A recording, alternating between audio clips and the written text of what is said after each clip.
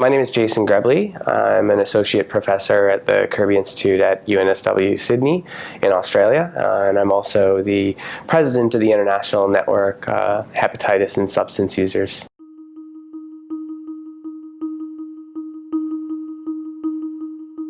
Being a Canadian living in Australia, I've been so incredibly fortunate to be able to be a part of what's been going on in Australia over the past several years. Australia was one of the first countries to make hepatitis C a public health priority, and the minister, Sussan Ley, made a commitment in 2015 to make access for HCV-DAA therapies available for all people living with hepatitis C. And the government in December of that year made hepatitis C DAA therapies available with no restrictions based on liver disease stage, no restrictions based on drug and alcohol use, and enabled general practitioners the ability to prescribe new DAA therapies, which enabled us to achieve incredibly broad access. There's about 230,000 people living with chronic hepatitis C in Australia, and in the first year of DAA therapy availability, we treated almost over 30,000 people with DAA therapies, so representing about 14% of the estimated chronic pool. So it's been an incredible journey. Last year we did see a decrease in the treatment numbers, in part due to the fact that large numbers of individuals who are in hospital-based settings that needed treatment with advanced disease had been treated. But we're placed to treat another 24,000 people with DAAs or we estimate in 2017. Which really is a tremendous effort, and so it's really been a true success story.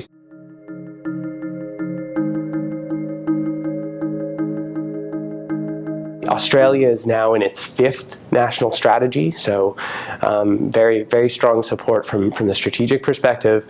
The government that actually approved the DAA therapies and made this commitment was actually a conservative government. So there was actually bipartisan political support for making the availability of DAAs to all a priority.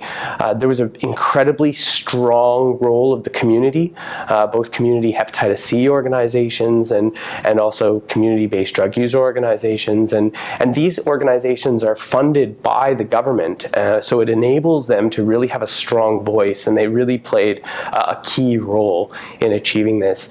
The other thing that was really, really crucial is having the availability of guidelines for the management of hepatitis C, so that general practitioners could prescribe these new therapies. And there was also a very, very large education and training component that was led by the Australasian Society for HIV, Viral Hepatitis and Sexual Health Medicine, which was able to provide enhanced capacity and to improve competency in both general practitioners, drug and alcohol specialists, and nurses and other healthcare providers working in the field.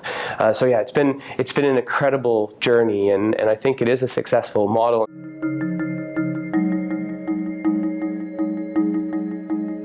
One of the main differences in the response to hepatitis C in Australia as compared to Canada is I think Australia took very much a public health approach to dealing with hepatitis C.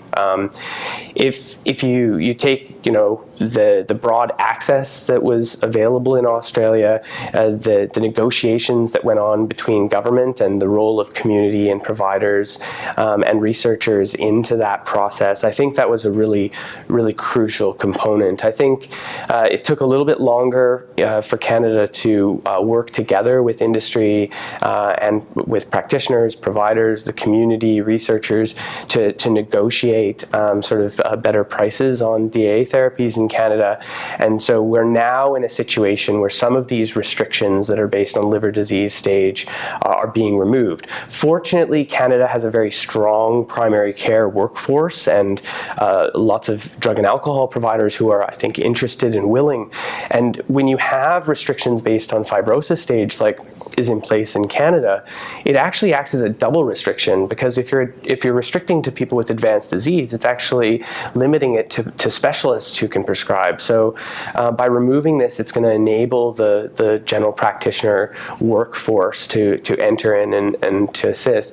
I think, you know, Canada's incredibly well placed to be able to get themselves on track for the WHO elimination targets by 2030. Currently, we're not one of the 9 countries that are currently on track to achieving the WHO elimination target. So we really need to move towards, you know, if you look at the services that are available in Canada, we've got a large number of community health centers, drug and alcohol providers, engaged general practitioners. So we just need to mobilize this workforce to be able to provide DA therapies and work towards, you know, hepatitis C elimination in Canada.